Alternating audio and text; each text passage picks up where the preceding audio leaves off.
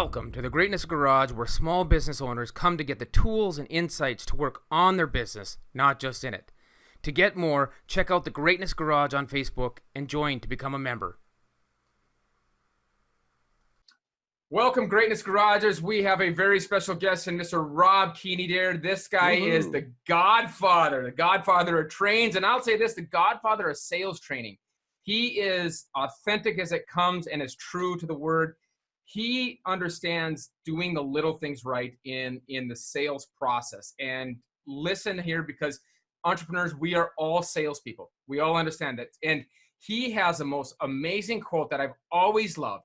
And it was, nothing happens until someone sells something, right? Oh, Rob, welcome to the Greatness Garage. Thank you for all your insight that you've given me over the years. I have been blessed to know you for, almost 15, maybe 20 years now.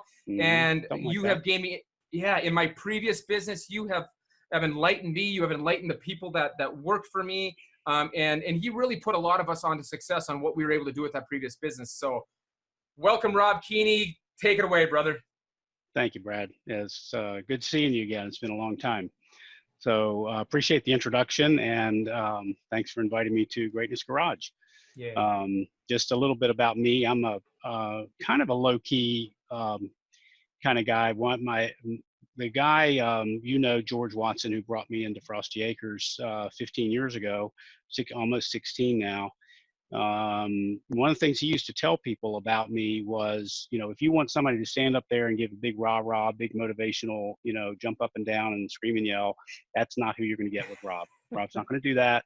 He's going to teach you how to, blocking and tackling, the fundamentals of selling. And that's what I have been true to for the 15, 16 plus years I've been doing sales training. And I've actually been doing sales training longer than that, but not as a full-time profession. When you end up coaching salespeople in the field because you're their manager or because you're their mentor, that's sales training. And I've been doing that since 1996. I just didn't have the title. So there's plenty of years coming to this. I love it. I love it. Plenty of years. So I've been in the distribution side of this business since 1979. So that's 40 years, well over 40 years. So, and even before that, in the restaurant business. So food service is in my blood. I love it. It's one of these love-hate things. You as much as you might want to get out of it, sometimes you ask yourself, well, it's such a low-margin business. Why am I in this business? But it's just the people. It's the people. It's always the people. Yep. And all the conferences I go to, you keep running into the same people over and over and over again. They just have a different title and a different logo on their shirt. It's the same person. One thing that's interesting, I was thinking about this on my drive home today. I have worked only for 3 companies since 1979, which I think that's a little unusual. The first was almost 25 years with PYA Monarch, which then became US Foods. That might count as 2 companies, but it was really one company and the other one bought it. So I was there for just 6 months shy of 25 years. And then George gave me the opportunity to come over to Frosty Acres at Co-op, and that's where I first met you in October of 2003. And the initial goal was develop a sales training program, implement that program, and then perhaps, a couple years down the road, leave Frosty Acres and go back in the market as a sales manager, which is what I was good at or had done before. Well, what I found out was that I had a real passion for training and adult education. And while I was successful as a sales manager, I think I was more successful as a sales coach and sales trainer. I have a passion for adult education. I have a passion for helping people be successful. And if you've ever done anything like that, whether it's a school teacher, my wife's a retired math teacher, if you've ever done anything like that, there are times in your life when someone will come up to you and you may not even remember them.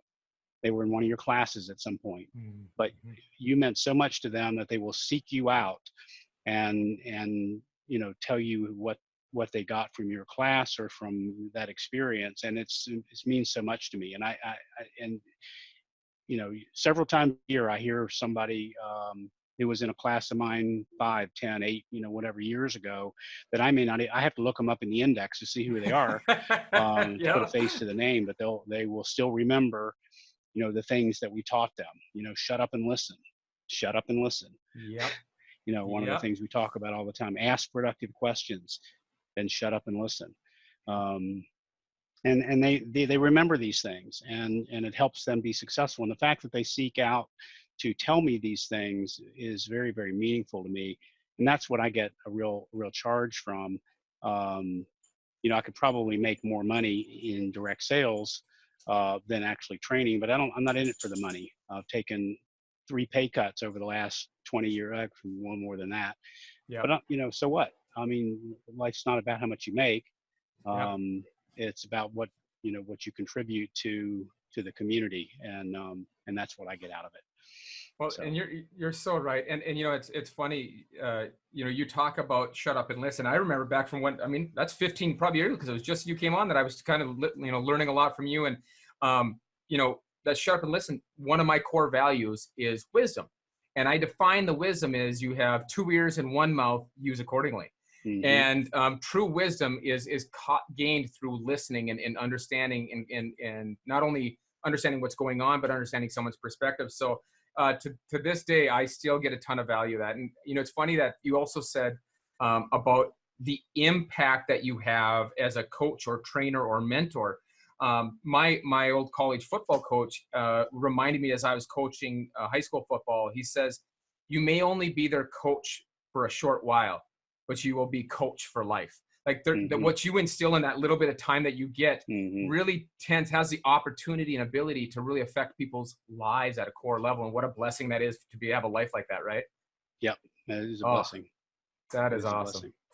Oh, so cool. So that's a little bit about me, probably more than you asked for, more than you bargained for. So no, brother, we love it. And it's, you just, one of the things that I've always loved about you is the way in which you have been just a straight shooter and a to the point person. And it really cuts away, I think, a person engaging with you, it cuts away their need to create an image because they know that you're going to cut right through it. And so it's not worth that dance.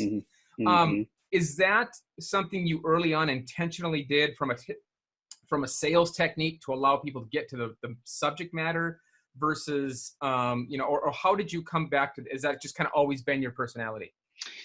I'm not really sure how to answer that because I'm not sure I'm even aware of that. Yeah, good point.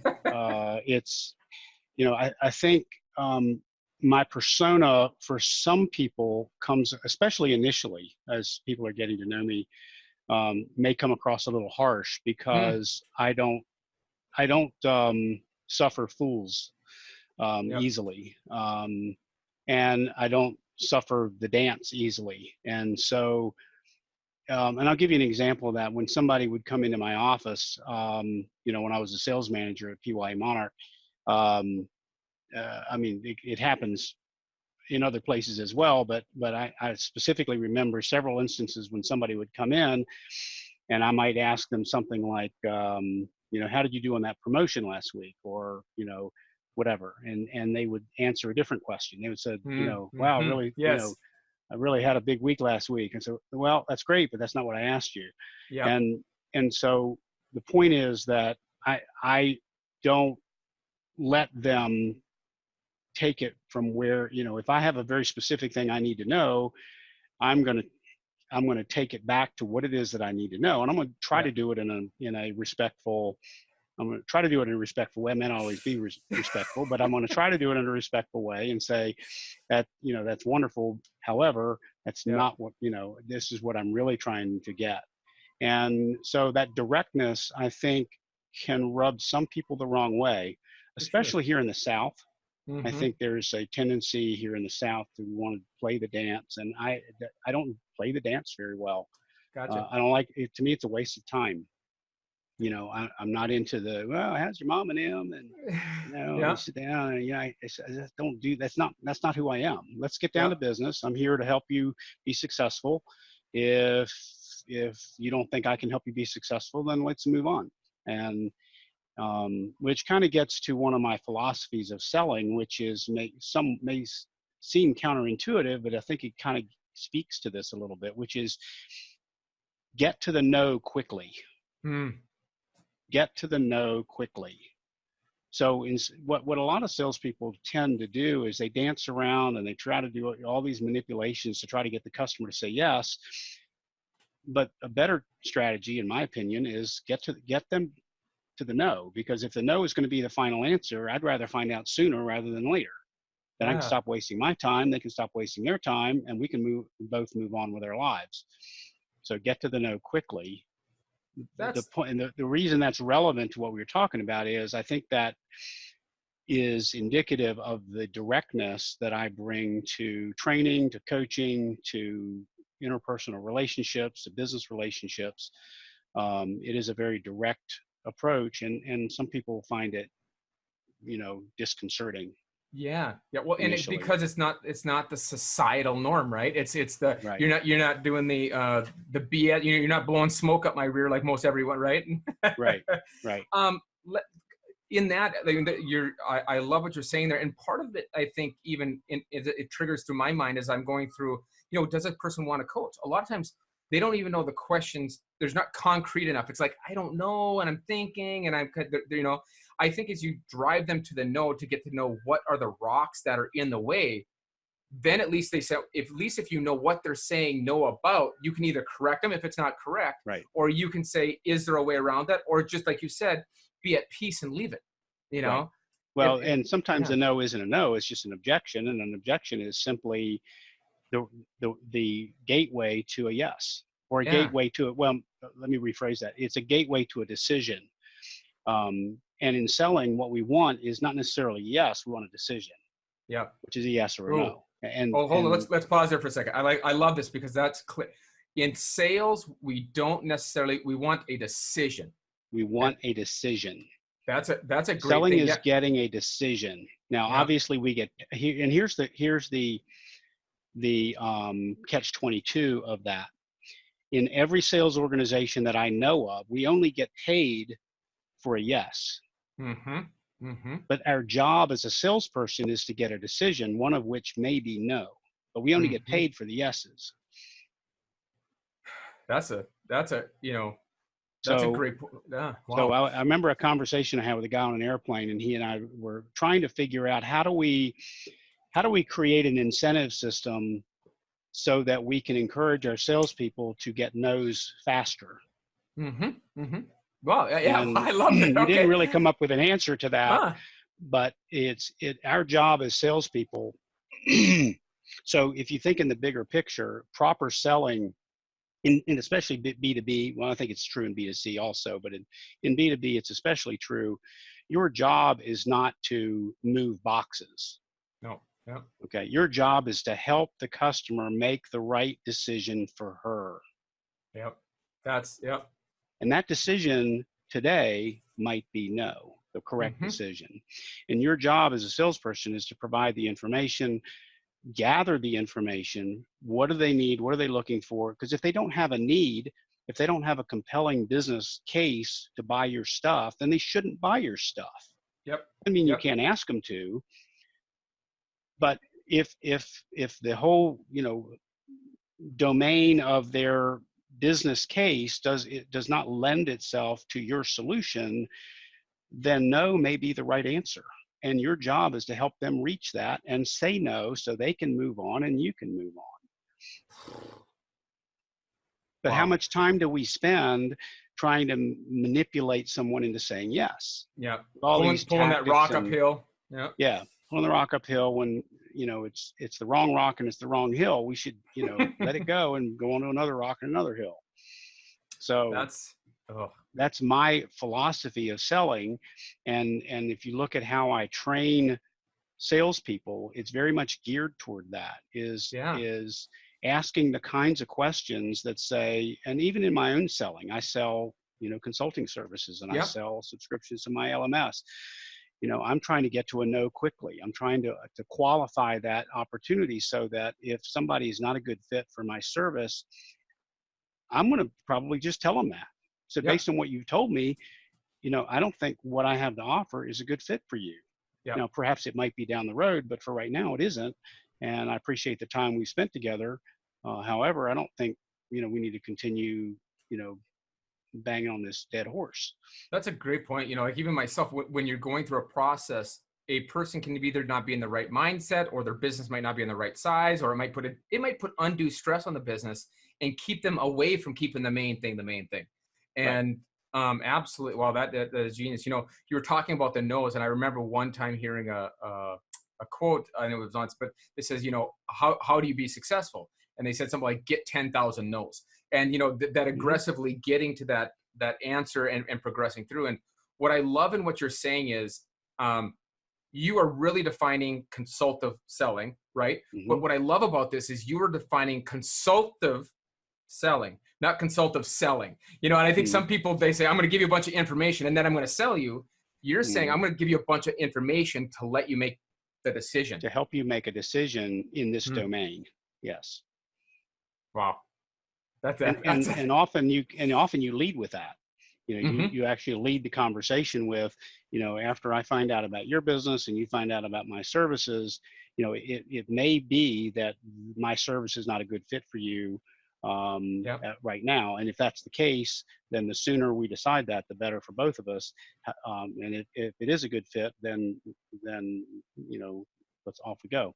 So you kind of set the stage for, you're actually giving your customer, your prospect, or whatever you want to call them, you're giving them, quote, permission to say no. Yep. You Yep. remove the emotional baggage of saying no. You say no Yep. is okay, and I want you to say no if it's the right decision. But what we often do as salespeople, and I did this many years ago before I knew any better, is you kind of put a guilt trip on them for saying no, and so it makes them uneasy, and it makes it. Yep. And the truth is, if saying no is harder, the truth is saying yes is harder. Yep. Yep. And then if they get that, if they feel guilted into a yes, and they have buyer's remorse. And then get buyer's remorse. It's not, and especially in B2B selling, you've got, if you want to keep that customer long term, you can't have that buyer's remorse. They have to, they can't believe that they were manipulated into making that decision. Yes. Yeah. Well, and and I've even seen it, and you probably have seen this as well, where consultative people, sometimes in the marketing field, you'll see this stuff where they come in and they say, we're going to have this conversation. We're going to decide whether we're a good fit. And that's about as much evaluation on that. The rest is just selling. They've given that kind of check off instead of believing that and saying, no. Honestly, this has to be the right fit, So, yeah. Oh, great point. Oh, well, awesome. Well, let me jump into the first one of our Power 7 questions. And I just can't wait to hear what your responses to these are going to be. But what is something profound that you hope someone says someday about you or your business? That I help them be successful. Nice. That I cared enough to help them, that I helped them be successful, that I went out of my way to do something to help them. That means as much to me now as it would as a legacy. Yeah. Yeah. Right. And if you live it your entire life, God willing, it becomes that legacy, right? Well, and you said just before we actually started the actual interview part of this process is that, when you evaluate retirement, you had 2 criteria, right? Is it fun? And am I still creating value?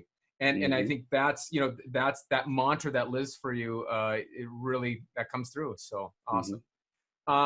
What is the greatest mistake you've ever made? And how did it impact or change you? Oh, I've made many. It's kind of hard to think of the worst one.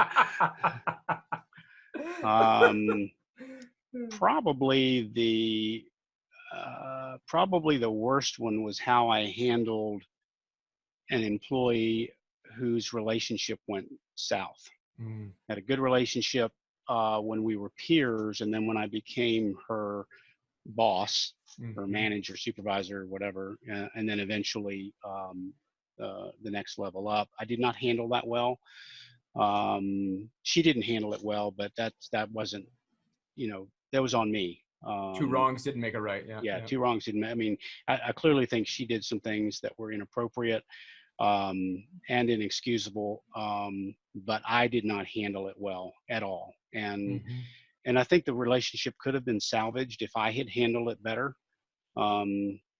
and I learned from that's one of my biggest, biggest regrets, of not handling that relationship well.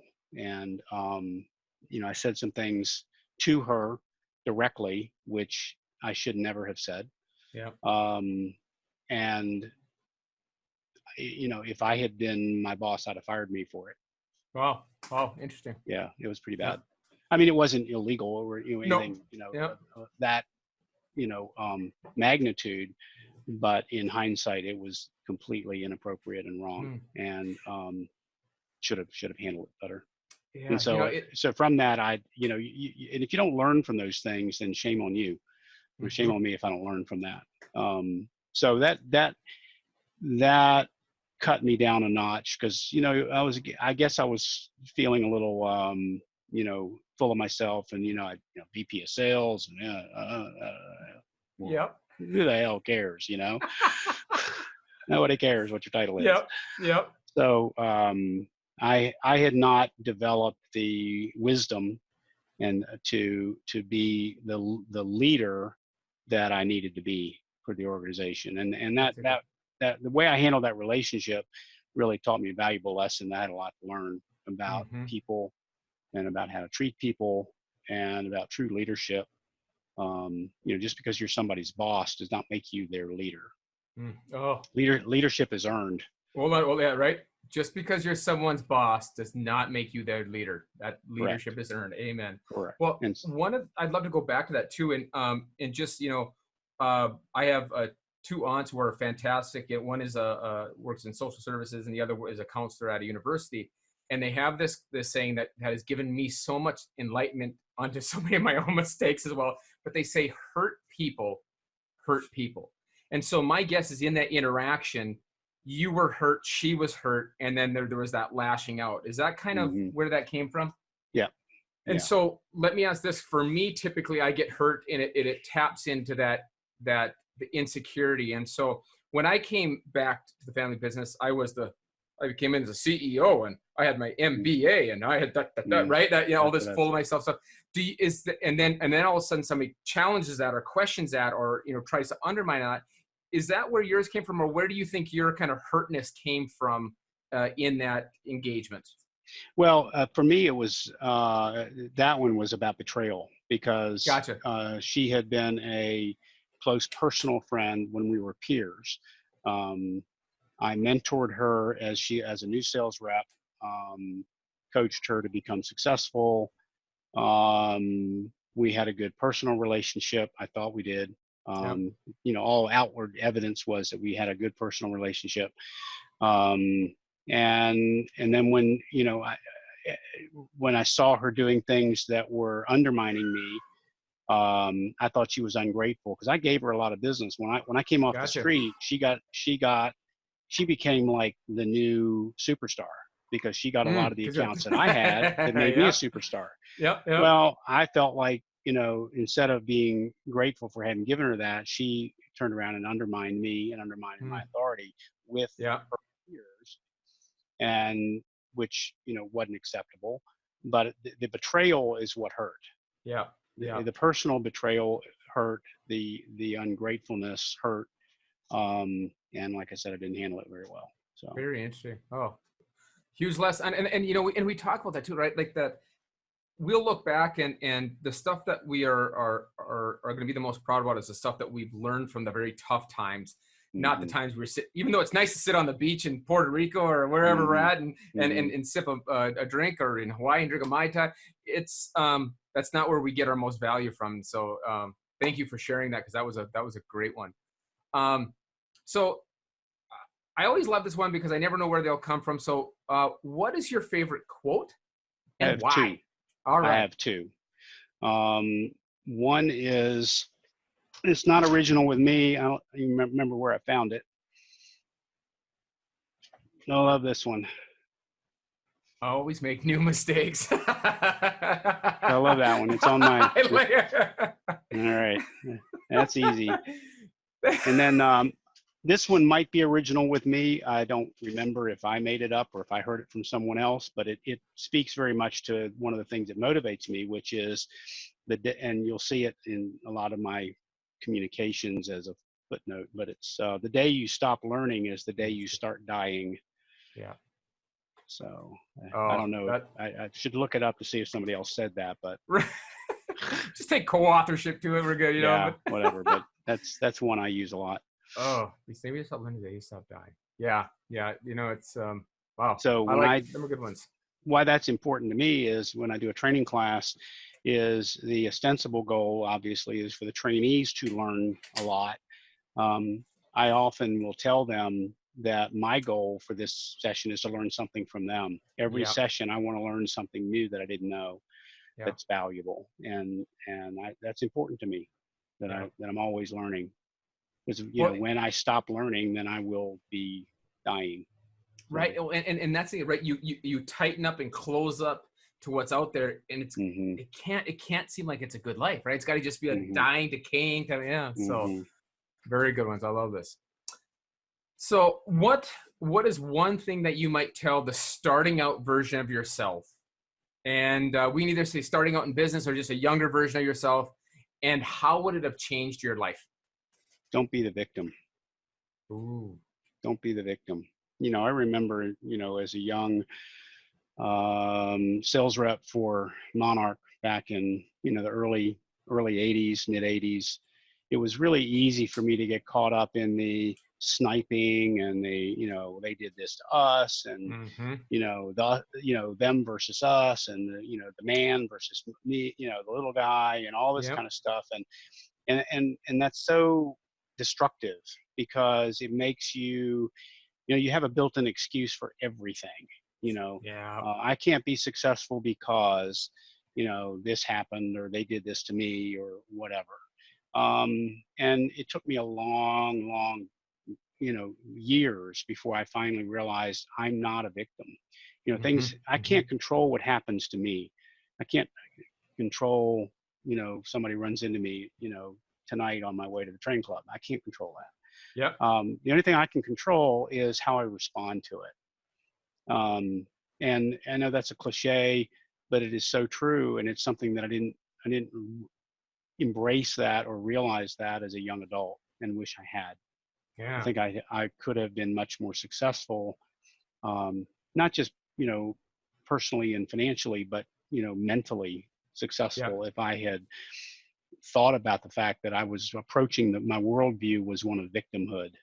Yep. And it doesn't matter why I got that, mom, dad, family, who cares, Yeah. not, that's playing the victim. I have to embrace it. Was something that was part of who I was, Yep. and it's not anymore, or a little bit of it's left, but Yeah, right. a little bit of It's it's funny how left. that, well, and I think part of it too is we all have those weaknesses or shortfalls or whatever, those habits, but big part of it is just being recognition to it and Yeah. knowing that, oh, I'm doing it. Okay, Well, I'm and doing when it, I'm I'm doing it. tired, and when I'm depressed, and when I'm, you know, I don't really feel sorry for myself, but when I'm down Yeah, and I'm tired or fatigued, then that rears its ugly head about, what's happening to me, instead of my choice in how I'm going to respond to it. yeah, So that playing the victim is a strong. I mean, that's a piece of me that I don't think it'll ever go away. But I'm beating it down to where it's pretty small now. there you go. Good. At least somewhat controlled and somewhat in, yeah, but But I wish I could go back to when I was 30 and say, don't be the victim. You're not a yeah, victim. yeah, yep, and be okay with that. And yeah, Hmm and that's, what I think in what you've done there though is something for all of us to learn, is we all have a lot of self work to do, hmm and I think so many times we're fixing the business, we're fixing outward, but you got to take that time, and we hmm all have demons, we all have struggles, we all have that, and to authentically acknowledge that, be okay with it, hmm and go back there and fix it. And because if we don't hmm fix it, we just ignore it, it just becomes a bigger thing that grows and grows and grows until hmm it absolutely blows up and completely destroys our world, hmm right? Yeah. Yep. Oh, that was great. So what is one thing that you did that hurt, but absolutely love or appreciate the fact that you did it? Um, hmm. Again, a pretty good bit to choose from. Um, I'll give you two. All right. One was selling books door to door in college. Oh yeah. Yeah. That was very painful, especially, well, it was painful the whole time, but the first 10 days I sold, it was interesting. I sold the first house I called on all 4 years, but at that first year, I sold the first house and didn't sell anything else for 10 days. I'm living on fume, and they don't pay you to be there. I mean, No. you live on what you make on the deposits. And I was working in Indianapolis, and it was, and they told me, if you work the hours, you make the demos, you will be successful. They promised me that from day one. Yep. And a lot of people bailed out because it's hard. I mean, you're knocking on doors, Yep. and people slamming doors in your face. Don't come to the door.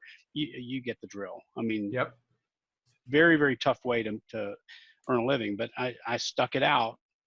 There were at least 4 times, maybe 5, during that stretch where I was that close to throwing in the towel and leaving. Just shutting her down, huh? Yep. Shutting her down.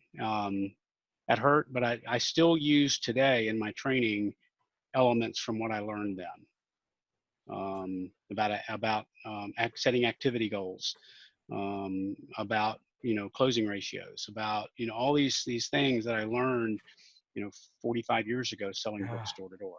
I still use these things today. So that's one of them. That's crazy. I'll give you a second one. Awesome. I'll give you a second one.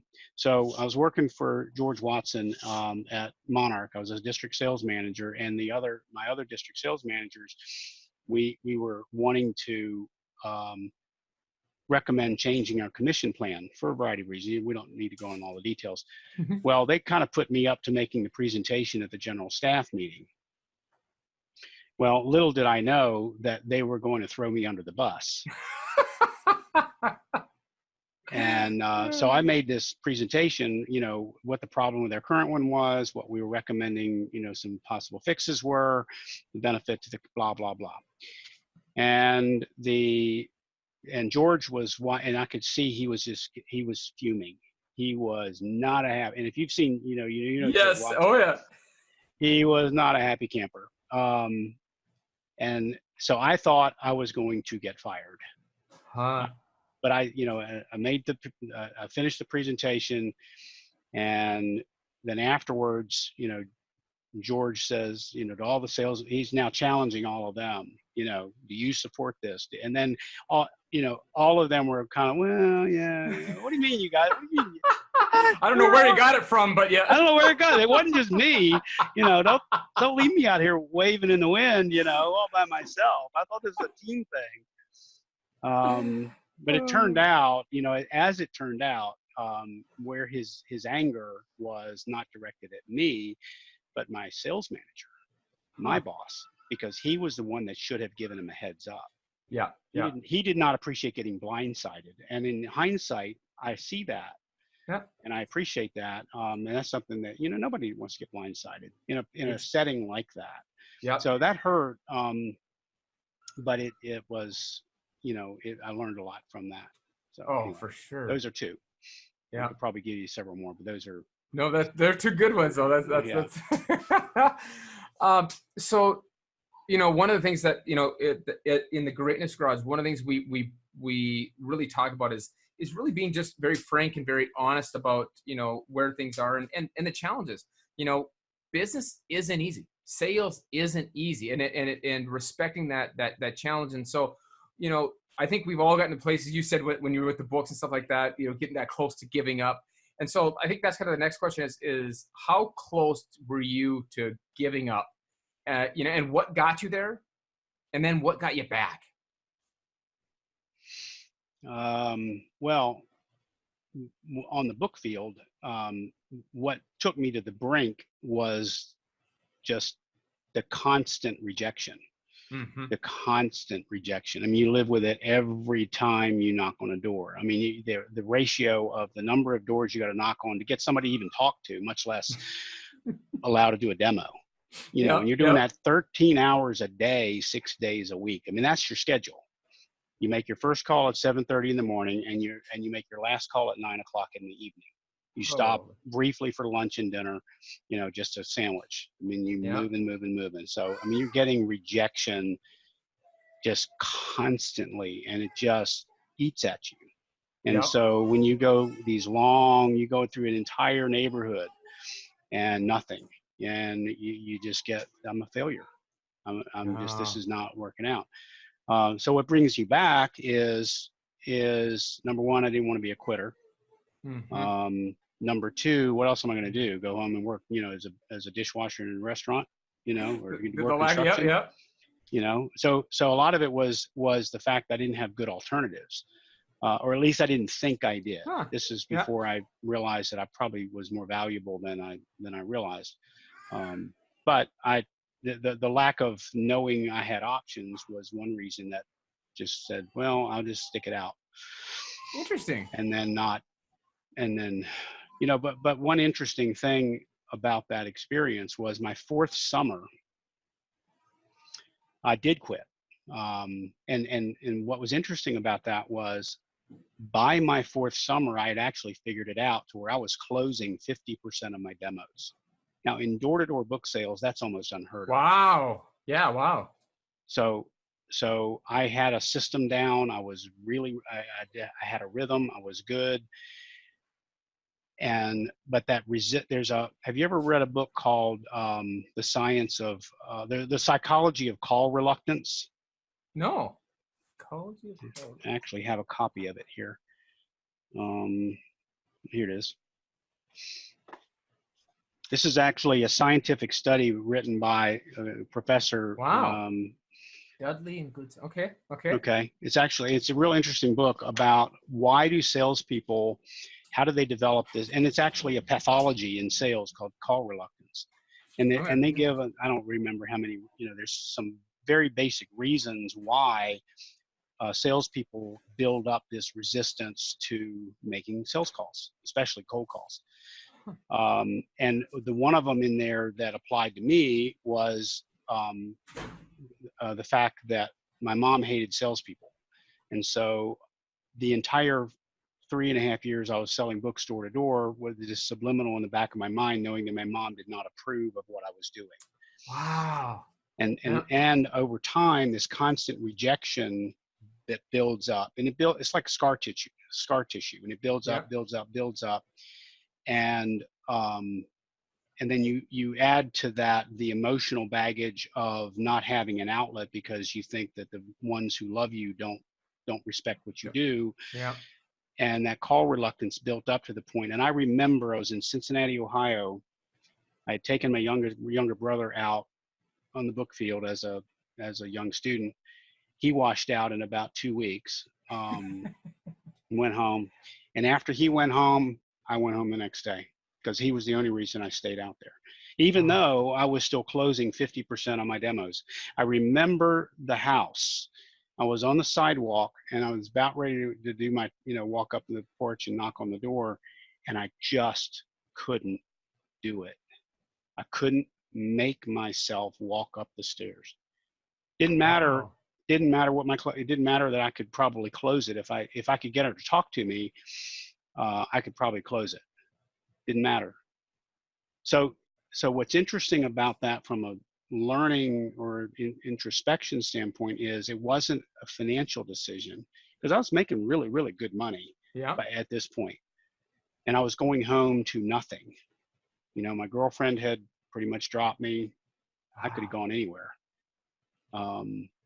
But it was that call reluctance that had built up, that rejection, that scar tissue in your mind that builds up, and I could not take another scar. I just couldn't do it. And reading that book made me realize that was one of the pathologies that they've studied with salespeople, and I was a direct fit for that, for one of them. There were about a half a dozen pathologies. And I think it's an interesting book. It's very kind of scientific-y, because it's actual real data, real research. It's not just kind of this touchy-feely stuff. It's real scientific research into what causes call reluctance. And I think sales managers would do well to understand it, because it's a psychological pathology. Well, and I think And they may have salespeople that suffer from that, and they don't, and the way the sales managers attempt to deal with it is ineffective because they make it worse. They make it worse if they don't understand what the pathology is. Isn't that the truth? You know, like when they used to, if you punish alcoholism versus treating it, you know, you actually, yeah. Oh, that's, you know, and even myself as a naturally gregarious guy, you know, I've looked into the something, and this might be in the book too, is when I come into a cocktail reception and I don't know the people, or I don't know someone, I get a lot of anxiety around it until I'm able to make a connection, and then I'm fine, and then I can, you know, go from that to the other people.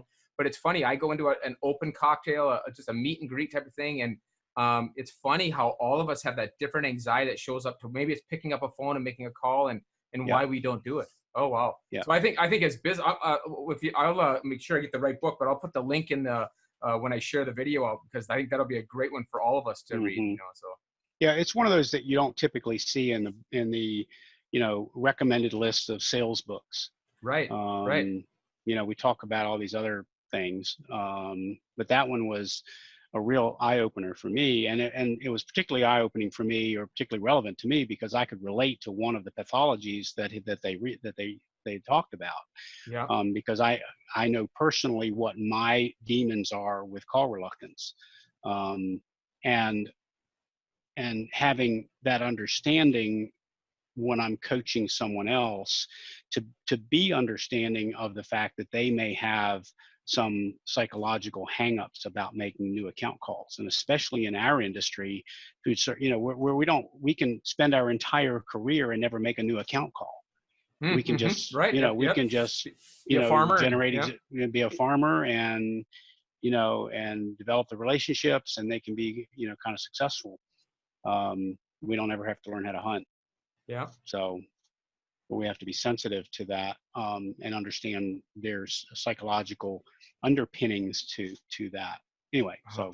Well, but that goes right back to what we talked about earlier, is about bringing awareness to it, you know, and helping them out by bringing awareness to what that might be. But whew, that was a good one. That was a heavy good one. I love that's I'm definitely gonna be doing some reading on that. So, so looking forward, and this for you, it might be for yourself, and it might be for those that you're kind of coaching, teaching as well. But looking ahead, what is the gap that you feel needs to be closed by yourself or your company, or, you know, that you see out in front of you?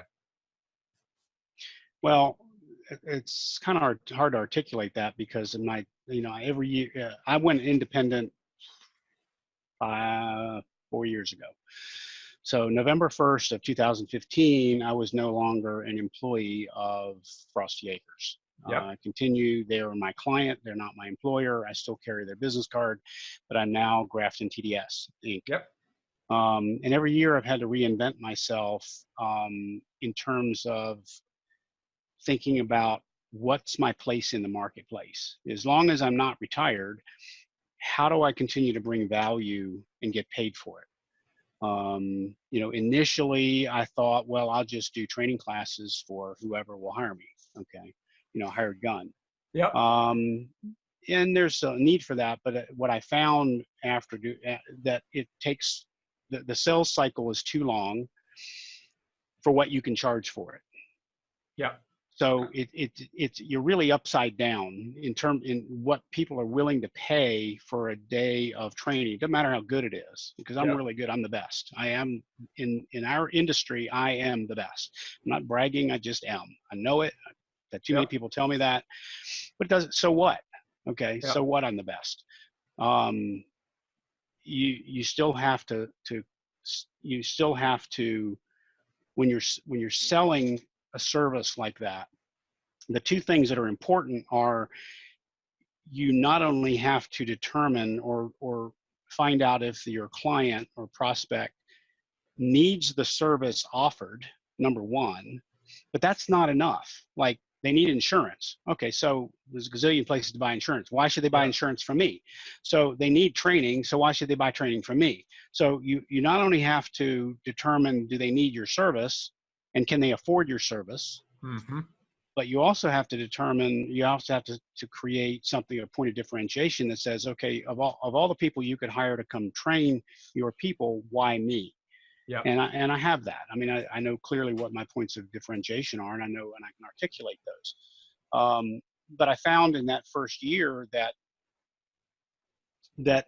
selling these jobs took way too long, and preparing them and delivering the content was out of proportion to what the market can support from a cost standpoint. Yeah. And maybe I was wrong about what the market could support. It's very possible I could have charged more. I don't know. But I just going on what the market is, or what you think the market is, you have to be kind of in that gotta make your assessments, right? Yeah. Yeah. You can be on the high side of it, but you can't be super high, and you can't be super low. You got to be somewhere. You can be too cheap, and I have been, or you can be way too much. I generally haven't made that mistake, but anyway, so then it sort of evolved into, well, then maybe I'll do retained services. That's actually, like Frosty Acres is a retained services client. They pay me every month, and I do certain things for them, and so I don't send them a billable hours thing. I don't need to do that. They just, we just have this agreement, or this general agreement, that I do certain things, and if I feel like it's too much, I tell them that's outside the scope, or if they, whatever. So that's kind of works, but I've only been able to land several. I have several others, retained services clients, that pay me, a fixed amount on a periodic basis, and then the amount of work I do, or what I do for them, changes over time. So that kind of works, but they're hard to sell. Yeah. They're really hard to sell. So where I'm at now this year, and the direction I really want to take going forward, and this helps move me into retirement, is I'm selling subscription services to an LMS. Gotcha. The benefit of that is that over time, it can present a stream of income after I decide I don't want to do the training gig anymore. Yep. Because that's a grind. I've got one Monday, I got one the following Tuesday. I've got 6 training classes in October, all remote, all in, traveling. So October is going to be brutal. And it's going to become a point where I'm not going to want to do that anymore. Yep. So the real ticket for me is selling subscriptions to my LMS service, where I can sell an annual renewable subscription, and as long as they renew, I get income every year. And if I get a couple dozen of those, then that's good income for me into retirement. And so that's kind of where I'm at now. So I'm not sure I'm answering your question, but that's I think that was kind of the gap, is really kind of to know, how do I create value, before you decide to try it, right? Because you got to meet one of them criteria. How do I create value in the future? So that absolutely makes sense. And I think, the gap in going in that, so your real question, I think, is where the gaps to get there. Yes. So the gap, as I see it, is I've created huge value. I know it's not just the LMS, it's what goes along with it, which is the hook is our industry is not very good at onboarding new salespeople. They suck at it. Right. Frankly, they just do. Well, it turns out that's one of those things I've always been very good at. I've got a structured process that's really, really good at that. So I've developed a process. If someone wants me to help them with that process, which they need desperately, I can do that. But the only way for them to get that service is for them to subscribe to my LMS, because that's where it resides.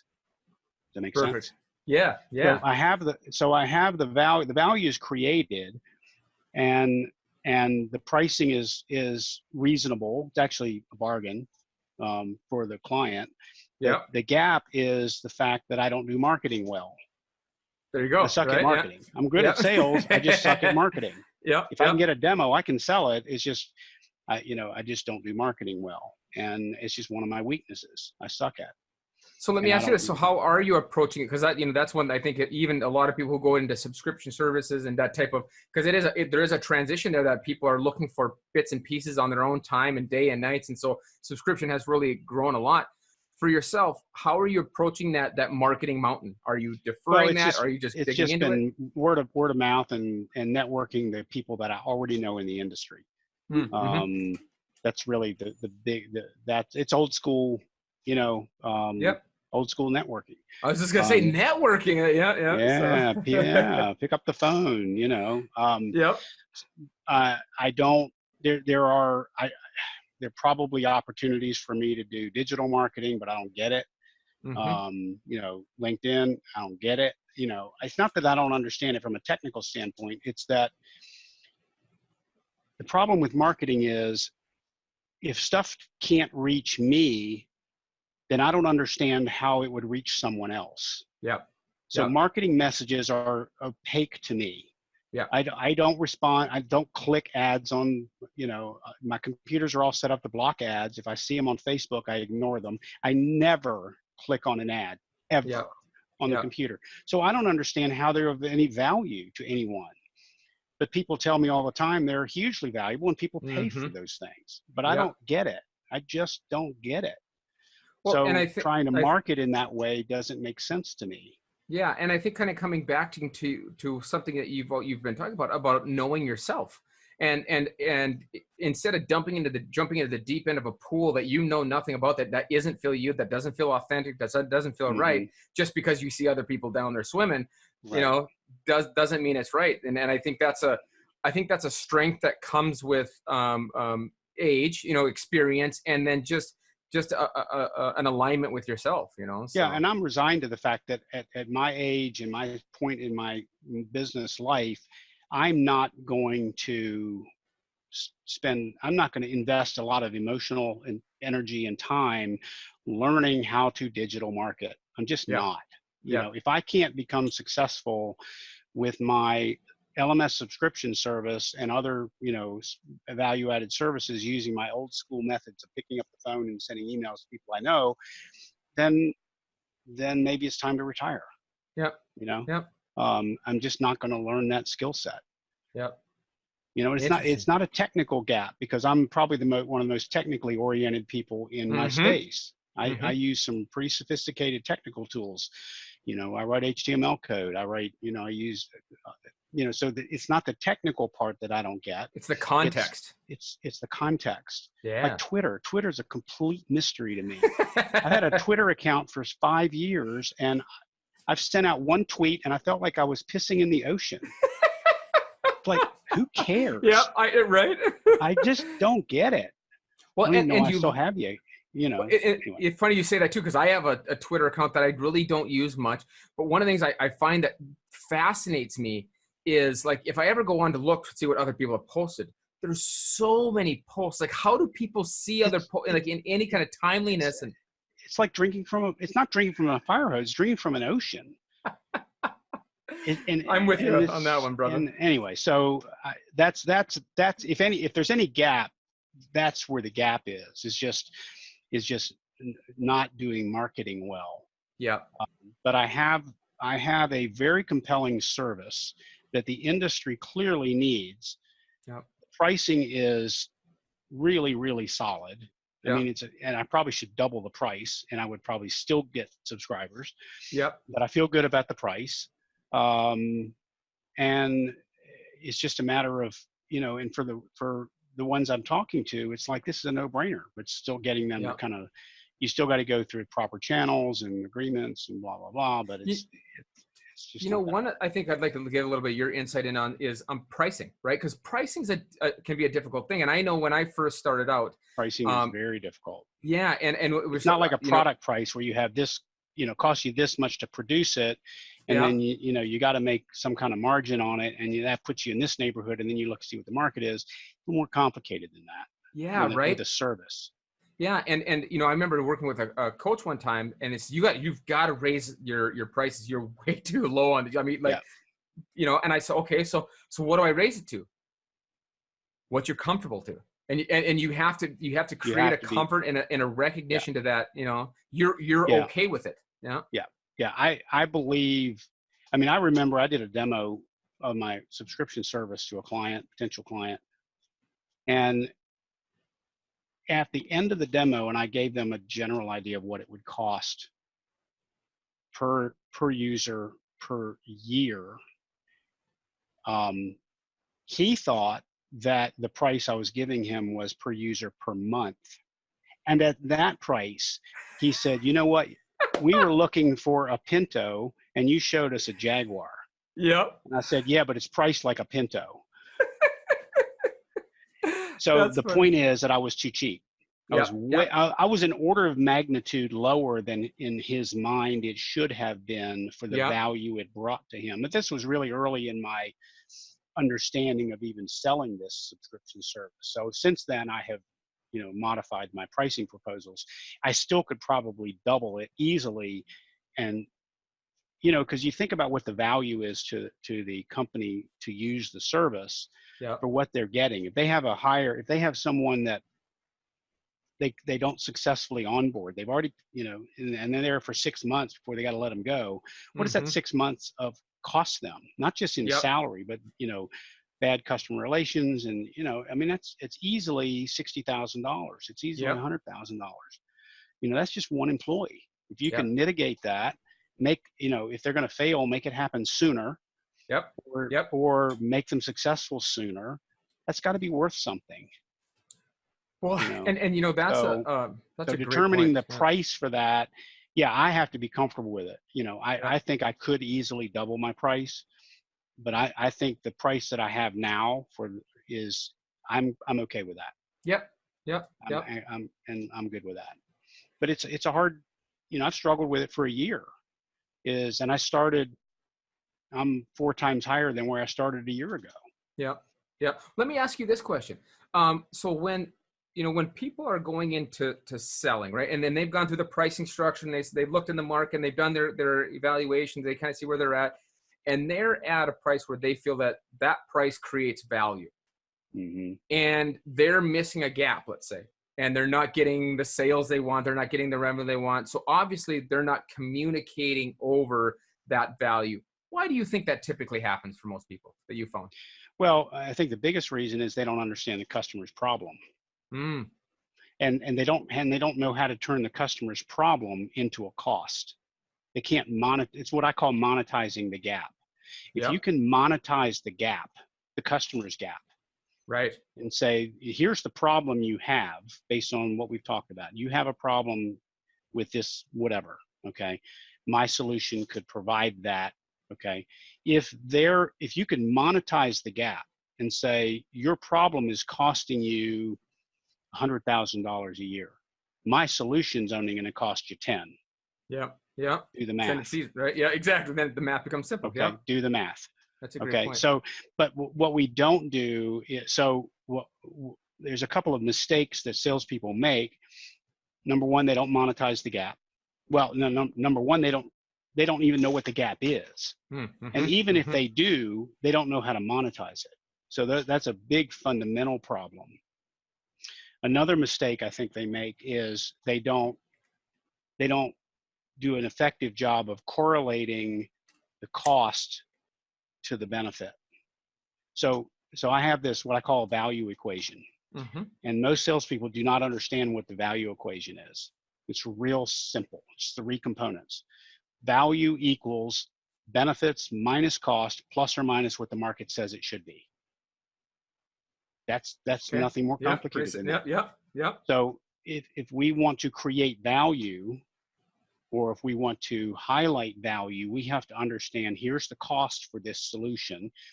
Here's the benefit that solution is going to give you, which should be higher than what it's costing you to have this. If it's not, then there's no value. It's negative Yep. value. And then we also have to know, are there other similar solutions in the marketplace, and how are they priced? Yep. Yep. If we understand those 3 components, then we can have that conversation with the buyer to say, all right, this is the problem you're having. This is what it's costing you to have the problem. And this is what my solution is going to cost. When can we start? That's yeah. And you know, it's one, it's that certainty in those spots. It's putting yourself in their shoes versus selling from your shoes, right? And kind of Hmm. walking with them on that path and to a decision. Yeah, Right. that's awesome. Well, Rob, you know, you've given us so much today. This has been so unbelievably valuable. You know, we talked earlier as we opened this up about you being the godfather of the train group that you're going to tonight.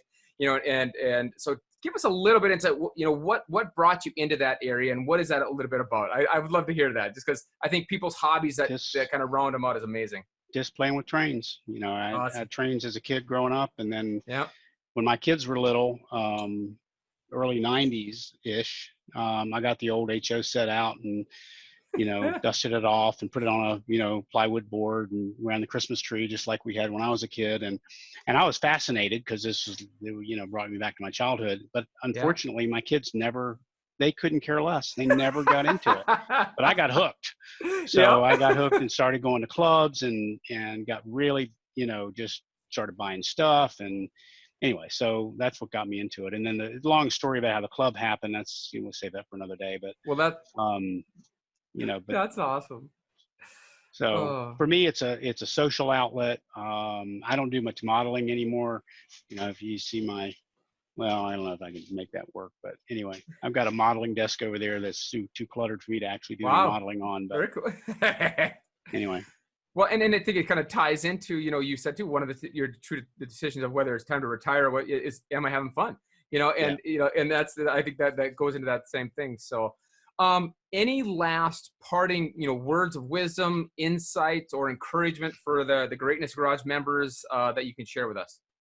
I think we kind of We covered it, huh? covered it up. You Well, know, brother, thank you so much today. This has been absolutely amazing. I have gained a ton of knowledge. You know, I'll put a link to that book just so people can lead into it, and also I'll share off the Grafton link to the site so people can learn in more about it, and perhaps they've got a use for that as well. Because I think there's you have so much value in not just in selling products, but understanding the process. That's what I think you do so well, and you help us understand is by understanding that you understand yourself, and by understanding yourself, you understand how to really to sell and help well, people. and I will close with or one last thought related Awesome. to that. I think one of the things that makes me different, I think, in terms of my approach to sales and especially sales coaching is if you've done any sports coaching, and I coach boys volleyball. Mm-hmm. You've probably coached, whatever sport Football. you Yeah. Yeah. coach, Yeah. football. A good coach um, has to be able to understand the mechanics of the game, you know, and know what to look, where does it break down? Yeah. Where, when a guy, in hitting, you got to get got to get the elbow up, you got to hit it, whatever that is. You have to understand the mechanics it's not just about, talking a good game. So Yeah. when I'm coaching a salesperson and I cannot say this strongly enough, you cannot coach from afar. You have to see a sales interaction. Yeah. If you're having what I call a coaching call, there's no such thing as a coaching call. A coaching Yeah. is a conversation you're having with a sales rep after you have observed an actual sales call in Yeah. person. Yeah. Nothing else is coaching. Everything else is a review. Yeah. So Mm. you observe the skill being done in the real world. The coaching then is understanding the mechanics. Where did they? What was our goal? What was our accomplishment? We have what's called a mirror test. What was your objective when you went in? Did you accomplish your objective? What would you do differently? And you're coaching them about a skill. You're not coaching results. You don't Yeah. coach results. You coach skills. And if the skills are there and they're applied properly, the results will come. So, I think one of the things that makes me somewhat unique, I think, in terms of sales coaching is that if I'm doing a coaching with a sales rep in the field, I do, other than saying hello to the customer, I'm not part of that conversation. I'm on the sideline. Right. Coach is on the sideline. Coach never plays. Yep. Yep. Cannot play. If you're playing, you're not a coach. If you're a coach, you don't play. Yep. So you have to keep your mouth shut and you have to observe. Let the sales rep fail. And a lot of sales managers just can't abide watching their Mm, salespeople fail, and they will jump in and take over. And that's the worst thing you can do. yeah. The absolute worst thing you can do. Anyways, I'm get off that That's soapbox. awesome. No, that's great though. Hey, well, Rob, thank you so much. I've always valued your wisdom, and now the rest of the Greatness Garage gets to understand why it's been so great. And thank you. And Greatness Garagers, enjoy this one. This was great. And I said I'll put the links out. Share this out. Let people understand it. This is the process. This is how we sell, and this is how we help move our business and grow our businesses. So enjoy it. Thank you again, Rob. Take Much care, love. Brad. Brawler. Bye. Thanks, man. Bye.